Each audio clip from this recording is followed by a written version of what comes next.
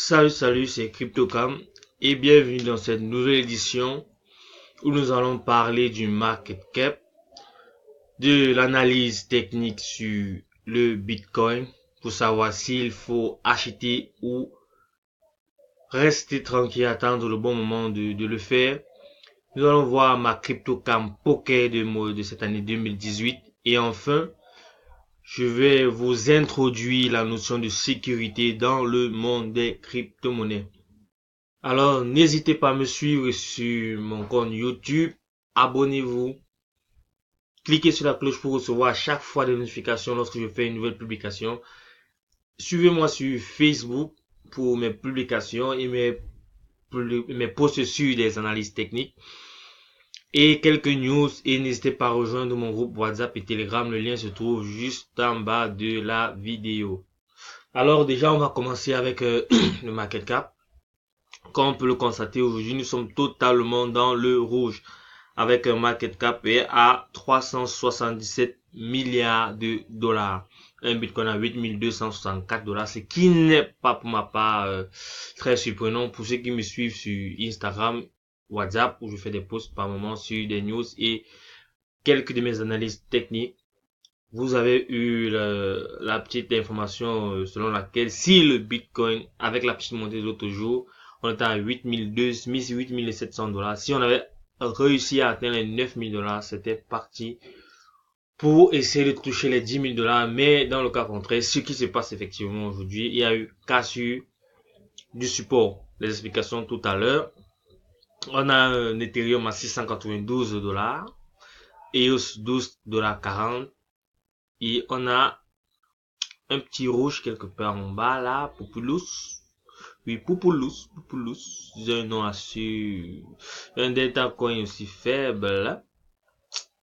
Oh là là là là là là là là là, oh là là. On a Populous à 16,25 dollars. Lui, seul dans le vert.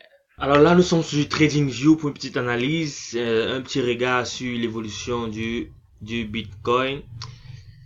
Là, on peut voir que nous sommes dans un triangle de compression où nous avons, il y a eu cassure du support à 8400 dollars et nous sommes à 8300 dollars.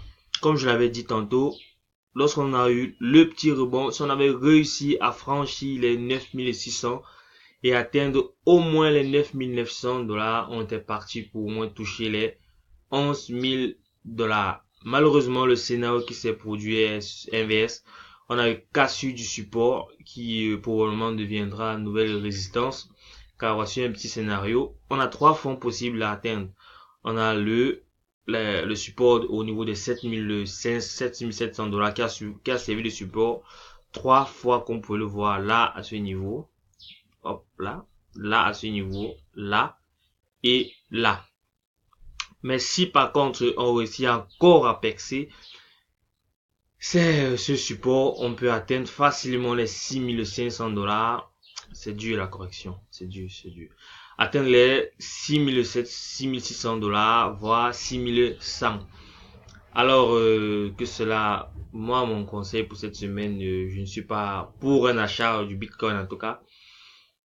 Suivez-moi pour avoir un peu plus d'informations sur ce qui se passe dans le marché. Pour la petite news de ce matin, nous avons le Civic qui lance le premier distributeur de billets blockchain au monde. Civic, n'est-ce pas, est une start-up basée à San Francisco ayant pour but la simplification et la sécurisation du contrôle d'identité via blockchain. A annoncé vendredi la présentation du premier distributeur automatique crypto de billets au monde lors du consensus 2018 qui se déroule cette semaine.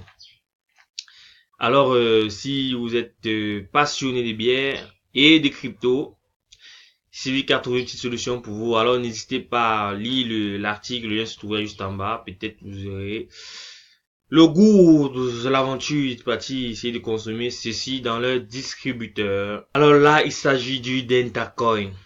C'est mon coup de cœur pour cette semaine. Bien, disons pour cette année 2018, je le prends en holding. Je vous assure. N'hésitez pas à me suivre. D'ailleurs, je ne vous oblige pas aussi à le faire, c'est juste un conseil. d'investissement. On a un market cap à 294 milliards. 294 millions autant pour moi. Quoique atteindre le milliard serait aussi très avantageux pour nous. Regardez le prix de cette crypto qui est à 0.0000904 $, 63e dans le top 100 des crypto-monnaies. Je vous rappelle qu'il y en a plus de 1600 qui existent, mais celle-ci fait partie du top 100. Alors regardez un peu le potentiel. Vous savez, la psychologie des investisseurs, c'est d'arriver sur le marché et se dire, hop là, on a raté le Bitcoin, qu'il était à 0.01. Est-ce qu'on ne peut pas trouver quelque chose de confiant dans le top 100 qui peut toujours avoir le même potentiel? Alors moi, je vous propose alors le Dentacoin. Le Dentacoin, vous pouvez le trouver sur HitBTC, Cryptopia, IDEX, Mekatox. N'hésitez pas à aller sur leur page. Un petit rappel, cette publicité n'est pas sponsorisée, hein. Mais abonnez-vous quand même à ma chaîne, c'est très important. Cela me poussera à faire toujours des contenus assez charnus. Alors, consultez cet article, vous allez avoir plus d'informations sur l'industrie dentaire. Et pourquoi pas faire partie de l'association ou bien du monde Dentacoin en respectant le formulaire. Suivez-les sur YouTube, Facebook et consorts. Une petite intro sur le phishing déjà. Je vous présente ce qu'on appelle, voici une page Facebook. Déjà, je suis sûr que beaucoup d'entre eux n'ont pas pu remarquer que ça, ce n'est pas le nom de domaine de Facebook.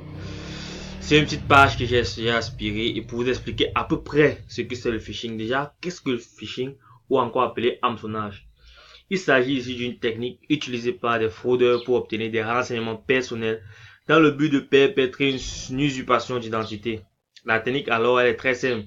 Elle consiste à faire croire à la victime, qu'elle s'adresse à un tiers de confiance, une banque, administration, etc., afin de lui soutirer des renseignements tels que les mots de passe, numéro de carte de crédit, numéro de photocopie de la carte d'identité nationale d'identité, date de naissance, etc. Vous qui avez des comptes Bitrex, Binance, Bitum, Bitpanda, alors comment éviter de se faire hacker par l'attaque du phishing?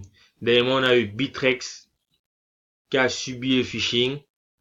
Et tout récemment, on a eu MyEtherWallet qui a subi ce qu'on appelle une attaque DNS qu'on va voir très prochainement. Et le phishing également.